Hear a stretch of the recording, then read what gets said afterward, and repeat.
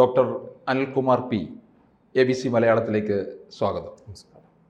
ഈ പാകിസ്ഥാൻ്റെ പോക്കിൽ ഇനിയും ഇന്ത്യ സംശയിക്കുന്നുണ്ട്.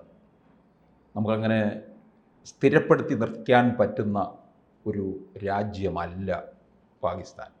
അപ്പോൾ ഇനി എന്തെന്നുള്ളൊരു ചോദ്യമാണ് ബാക്കി നിൽക്കുന്നത്. ഈ പറഞ്ഞത് വളരെ ശരിയാണ്. കാരണം എല്ലാവരും പാകിസ്ഥാനെക്കുറിച്ച് പൊതുവേ ചർച്ച ചെയ്യുമ്പോൾ പറയുന്നത് ഇനി നമ്മൾ ഇനി എന്താണ് സംഭവിക്കാൻ പോവുക എന്നുള്ളതാണ്. ഇപ്പോൾ ഈ കരാറൊക്കെ ആയതിനു ശേഷം ഇപ്പം ഇന്നും മീറ്റിംഗ് നടക്കുകയാണ്. അതിനുശേഷം എന്തായിരിക്കാം സംഭവിക്കാൻ പോകുന്നത്? അത് ജനങ്ങളുടെ ആകുലതയ്ക്കൊരു കാരണമുണ്ട്. കാരണം ഇന്നോളം പാകിസ്ഥാൻ പറഞ്ഞ ഒരു വാക്കും പാലിച്ചിട്ടില്ല എന്നുള്ളതാണ്. അതെന്തുകൊണ്ട് എന്ന് നമ്മൾ ആഴത്തിൽ പഠിച്ചാൽ ചില കാരണങ്ങൾ നമുക്ക് ബോധ്യമാകും. ഒന്ന്, പാകിസ്ഥാൻ എന്ന് പറയുന്ന ഒരു ഇതര രാഷ്ട്രങ്ങളുടെ നിർവചനത്തിനുള്ളിൽ നിൽക്കുന്ന ഒരു രാഷ്ട്രമല്ല.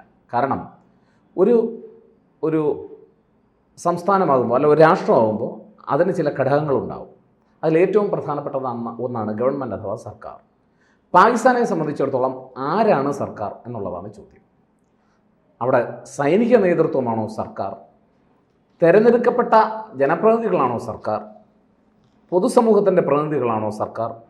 അതോ തീവ്രവാദികളാണോ സർക്കാർ? അതോ ഇതെല്ലാം കൂടെ കൂടിക്കുഴഞ്ഞ ഒരു സംവിധാനമാണോ എന്നുള്ളതാണ് പ്രശ്നം. കൂടിക്കുഴഞ്ഞുള്ള സംവിധാനത്തിലും ഒരു കുഴപ്പമുണ്ട്. ഇതിലാരാണ് ഏറ്റവും ശക്തിശാലി എന്നുള്ളതാണ്. ആരുടെ കയ്യിലാണ് പവർ, അധികാരം എന്നുള്ളതാണ്. പാകിസ്ഥാനെ സംബന്ധിച്ചിടത്തോളം ഏറ്റവും പ്രധാനമായി ഇന്ന് വരെ അവിടെ അധികാരം കൈകാര്യം ചെയ്തിരുന്നത്, പണ്ടൊക്കെ നമ്മൾ തമാശയ്ക്ക് പറയും 3 എകളാണെന്ന് പറയും. ആർമി, അള്ള, അമേരിക്ക. സൈന്യവും അമേരിക്കയും പിന്നെ അള്ളായും കൂടെ ചേർന്നാണ് ഭരണമെന്ന് നമ്മൾ പറയും. അത് ഈ തീവ്രവാദികളെ സൂചിപ്പിക്കാൻ വേണ്ടി പണ്ട് ഉപയോഗിച്ചിരുന്നതാണ്. പക്ഷേ ഇപ്പം അങ്ങനല്ല. ഇപ്പോൾ അമേരിക്കയ്ക്ക് ചില മാറ്റങ്ങളൊക്കെ വന്നിട്ടുണ്ട്. ഇപ്പോൾ അവിടെ സൈന്യവും തീവ്രവാദികളും ചേർന്നുള്ള ഒരു ഗ്രൂപ്പാണ് അവിടെ ഭരണത്തെ നിയന്ത്രിക്കുന്നത്. പലപ്പോഴും രാഷ്ട്രീയ തീരുമാനങ്ങളെ മറികടന്നുകൊണ്ടാണ് അവർ പ്രവർത്തിക്കുന്നത് എന്നുള്ളതാണ് യാഥാർത്ഥ്യം.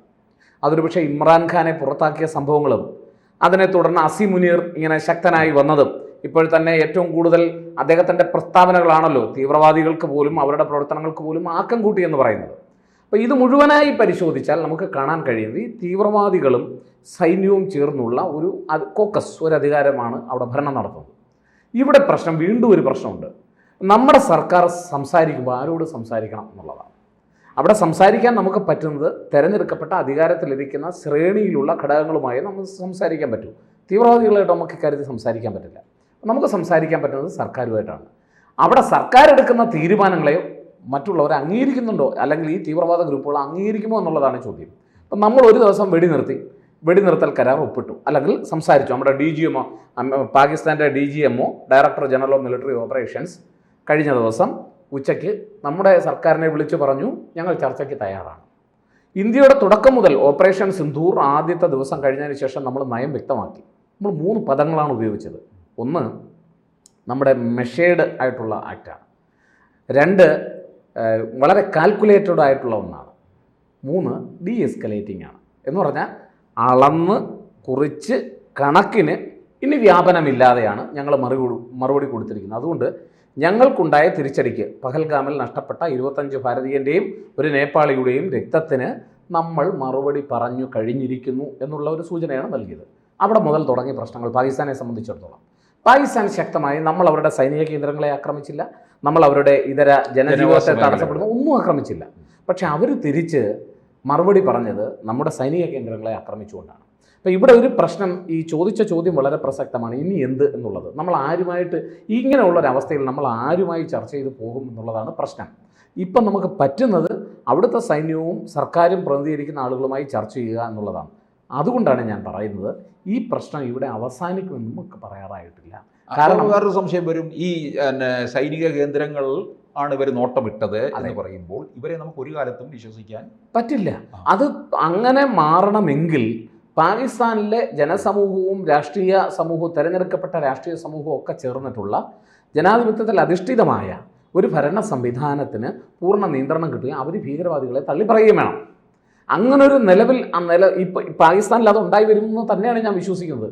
ഒരു വശത്ത് അഫ്ഗാൻകാർ കയറാനായിട്ട് അങ്ങോട്ട് താലിബാൻ ആളുകൾ അങ്ങോട്ട് കയറാനായിട്ട് നിൽക്കുന്നു, മറുവശത്ത് നമുക്കറിയാം 2000 മുതൽ ബലൂച്ച് ലിബറേഷൻ ആർമി അവിടെ ശക്തമായി ഇപ്പം തന്നെ കൊറ്റ എന്ന് പറയുന്ന പ്രദേശം അവർ പിടിച്ചു എന്ന് പറഞ്ഞു.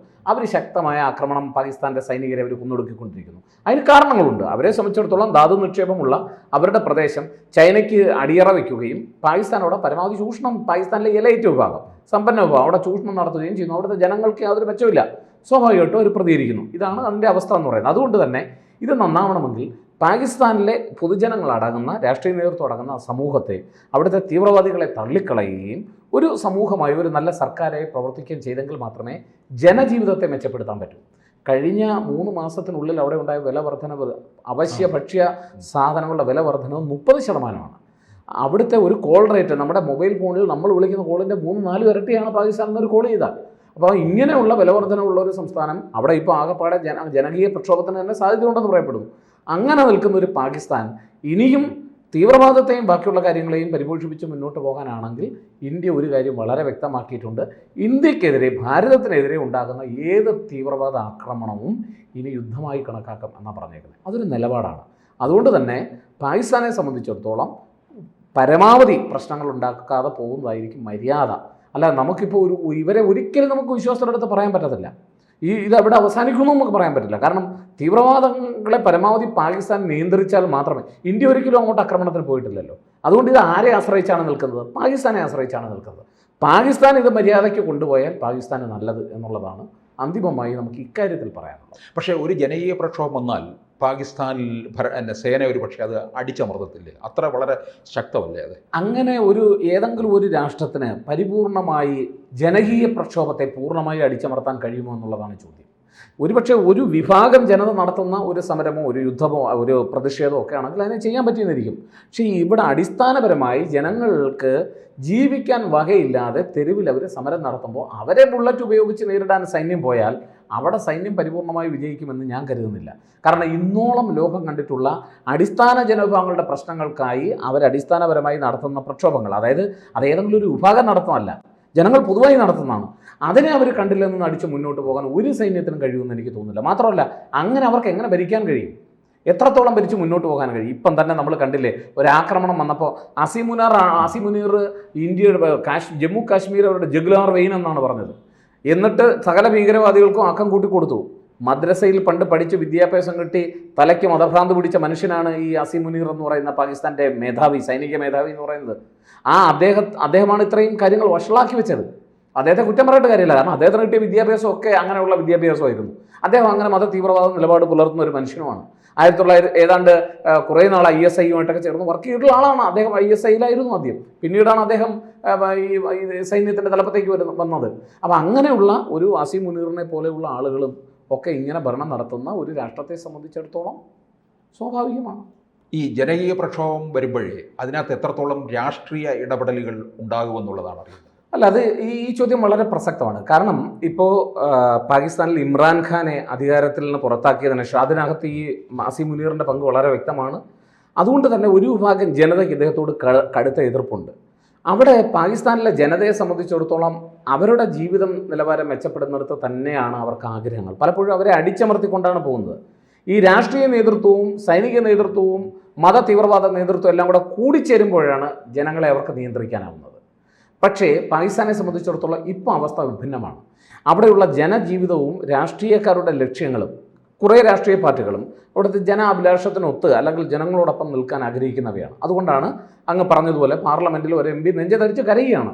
കാരണം അത് അവരുടെ ഉള്ളിൽ വരുന്നൊരു ഭാഷയാണ്. ഞാൻ അതിനെ ഒരിക്കലും ഒരു തമാശയായിട്ട് കണ്ടില്ല. കാരണം പാകിസ്ഥാനിലെ ജനത നമ്മളുമായി ഒരിക്കൽ നമ്മുടെ നിന്ന് പോയ സഹോദരങ്ങളാണ് ഇവരൊക്കെ. നമ്മൾ പാകിസ്ഥാനിലെ ജനത എന്തിനാണ് കുറ്റം പറയുന്നത്? പക്ഷേ അടിസ്ഥാനപരമായി തീവ്രവാദ നിലപാടുകൾ എടുക്കുന്ന പാകിസ്ഥാനിലെ ഒരു വിഭാഗമുണ്ട്. ആ വിഭാഗത്തെ കണിശമായും കർശനമായും നേരിടുക എന്നുള്ളതാണ് നമ്മുടെ നയം.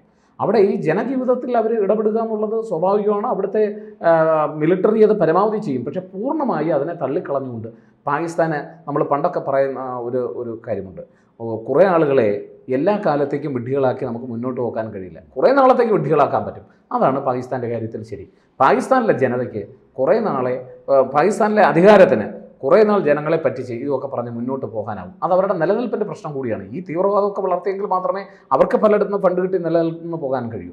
മറിച്ച് എല്ലാ കാലവും പാകിസ്ഥാനി ജനതയെ അങ്ങനെ ആക്കി പോകാൻ കഴിയില്ല. അവർ അധികാരത്തിൽ നിന്ന് നിഷ്കാസനം ചെയ്യപ്പെടും.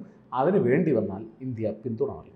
പക്ഷേ എനിക്കൊരു സംശയം, ഈ ഭീകരാക്രമണം ഇനി ഒരു യുദ്ധമായി പരിഗണിക്കുമെന്ന് ഇന്ത്യ പറയുമ്പോൾ മറ്റു ലോകരാജ്യങ്ങൾ ഏത് തരത്തിലുള്ള നിലപാടെടുക്കുക അതിനോട്? ഒരു രാജ്യം തീവ്രവാദ ആക്രമണത്തെ നിരന്തരമായി അഭിമുഖീകരിക്കേണ്ടി വരുന്ന സാഹചര്യത്തിൽ ഏത് രാഷ്ട്രത്തിനാണ് ഇന്ത്യയോട് നിങ്ങൾക്ക് യുദ്ധം അവസാനിപ്പിക്കണമെന്ന് പറയാൻ കഴിയുക? തീവ്രവാദ നിലപാടുകൾ എടുക്കുന്ന രാഷ്ട്രങ്ങളല്ലാതെ, അല്ലെങ്കിൽ തീവ്രവാദത്തെ പ്രോത്സാഹിപ്പിക്കുന്ന രാഷ്ട്രങ്ങളല്ലാതെ മറ്റാർക്കാണ് അതിന് കഴിയുക?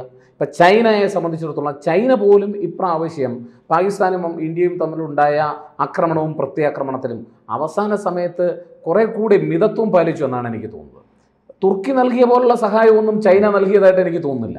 ചൈന നേരത്തെ തന്നെ പാകിസ്ഥാന് ആയുധപരമായുള്ള സഹായങ്ങൾ നൽകുന്നതിനപ്പുറം പ്രത്യക്ഷത്തിൽ പെട്ടെന്നൊരു സഹായമൊന്നും ചെയ്തില്ല. പ്രത്യേകിച്ച് അജിത് ഡോവൽ ചൈനീസ് കൗണ്ടർ പാർട്ടുമായി സംസാരിച്ചതിന് ശേഷം ചൈനയുടെ നിലപാടുകൾ വ്യത്യാസമുണ്ട്. അതേസമയം തുർക്കി ഒരു നന്ദികെട്ട രാഷ്ട്രമാണ്. അവിടെ വലിയ ഭൂകമ്പത്തിന് ഇരയായ സന്ദർഭങ്ങളിലൊക്കെ നമ്മൾ ഒരുപാട് സഹായം, കേരളത്തിൽ നിന്ന് നമ്മൾ സഹായം ചെയ്ത ഒരു രാഷ്ട്രമാണ്. ആ രാഷ്ട്രം നമുക്കെതിരെ തിരിയുന്നു എന്നുള്ളത് ഇതൊക്കെ പ്രത്യേകമായ രാഷ്ട്രമാണ്. പക്ഷേ ലോക രാഷ്ട്രീയത്തിലെ പ്രധാനപ്പെട്ട ഒരു രാജ്യവും തീവ്രവാദത്തെ പിന്തുണ നൽകിക്കൊണ്ട് മുന്നോട്ട് പോകുമെന്ന് ഞാൻ കരുതുന്നില്ല. അഥവാ അങ്ങനെ ഒരു പിന്തുണ നൽകുന്നുവെങ്കിൽ അവർക്ക് ഗൂഢമായ ലക്ഷ്യങ്ങളുണ്ടാകും എന്നുള്ളതാണ്.